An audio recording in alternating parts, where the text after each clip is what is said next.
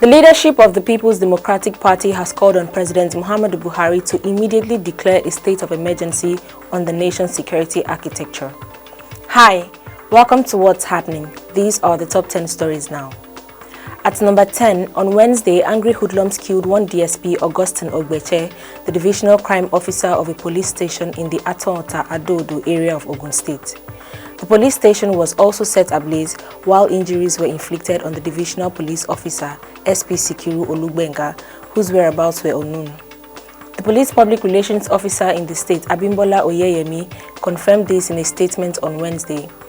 Oyeyemi said one civilian also lost his life to the violence, while another police station at Obada Oko in Ewekro local government area, which had been serving as a zonal intervention office for the defunct Special Anti-Robbery Squad, was attacked. At number 9, Nigerian doctors have warned that the already overstretched health system in the country could get worse if no immediate action is taken. The doctors, under the aegis of the Nigerian Association of Resident Doctors, said on Wednesday that the healthcare system is already overstretched to an elastic limit due to the COVID-19 pandemic, and that it should not be stretched further with trauma and gunshot cases. In a statement, the doctors called on the federal government to address the legitimate demands of Nigerians to prevent more killings in the country and gunshot cases in health facilities. At number 8, gunmen killed 20 people in a recent attack on a village in Zamfara state. This was confirmed on Wednesday by the police command in the state. According to the state's police spokesman Mohammed Shehu, a gang of motorcycle-riding gunmen shot residents in Tunga Kwana in Zamfara state. Shehu said last week locals tipped security forces on the location of cattle thieves, and since then the bandits had been targeting the villagers to avenge the killing of Fulani herdsmen by local farmers in farmers-herders clashes in the state. At number 7, the management of Primero Transport Services Limited, an operator of BRT in Lagos, has said it lost over 100 million naira in 6 days due to the NSAS protest. The head of corporate communications, Mutiu Yekin, made the disclosure on Wednesday in an interview with the news agency of Nigeria. The spokesperson said that the BRT had not been operating since Friday, adding that the state government had also declared curfew, which means no transporter could operate from 4 p.m. on Tuesday. At number 6, the People's Democratic Party has sued the Speaker of the House of Representatives, Femi Gbajabiamila, Honorable Ephraim Nwuzi, representing Eche Onoma Federal Constituency of Rivers State, and the Independent National Electoral Commission over the defection earlier this month to the All Progressives Congress by Nwuzi.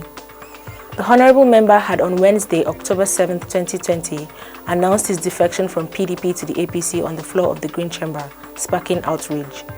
The PDP filed a case at the Federal High Court of Nigeria, the Port Harcourt Judicial Division, yesterday on the issue.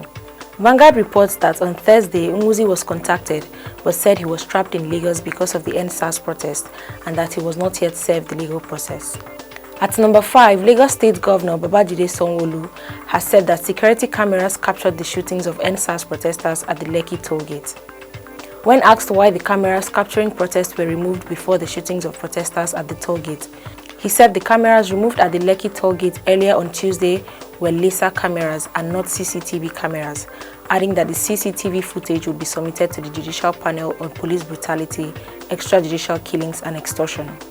Sanwo-Olu said this on Thursday during a live program on Arise TV on Thursday. He also said the footage would be given to experts to analyze.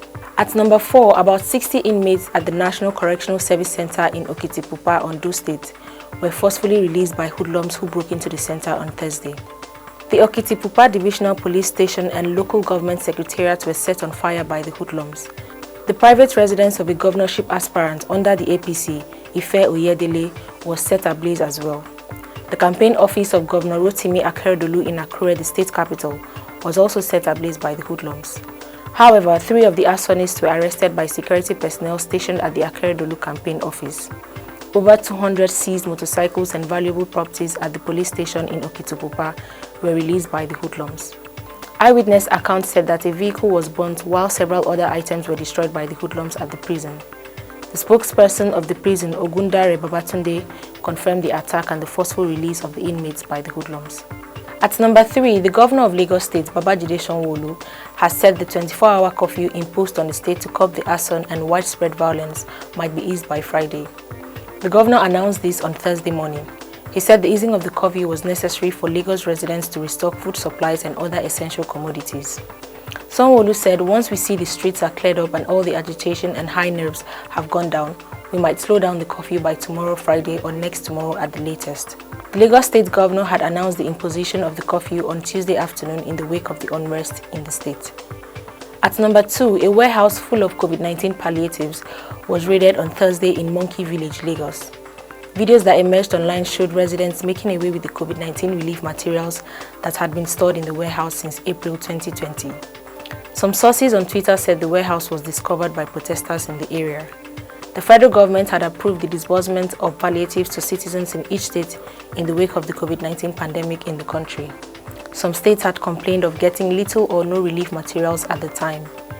The warehouse discovered on Thursday housed several bags of grains and cartons of food materials. Finally, at number 1, the leadership of the People's Democratic Party has called on President Muhammadu Buhari to immediately declare a state of emergency on the nation's security architecture. The party also called on the federal government to set up a judicial panel of inquiry to investigate the circumstances that prompted the shootings at the Lekki Toll Gate 2 days ago. Addressing a press conference at the party headquarters on Thursday, the PDP National Chairman Uche Secondus said the continued silence of President Muhammadu Buhari in the face of the killings of innocent citizens was no longer golden. He said it is sad that the president, who has the responsibility of providing leadership in times of crisis, has exhibited lack of capacity. Always remember to wear your mask, wash your hands and stay safe. That's all for today. See you next time on What's Happening.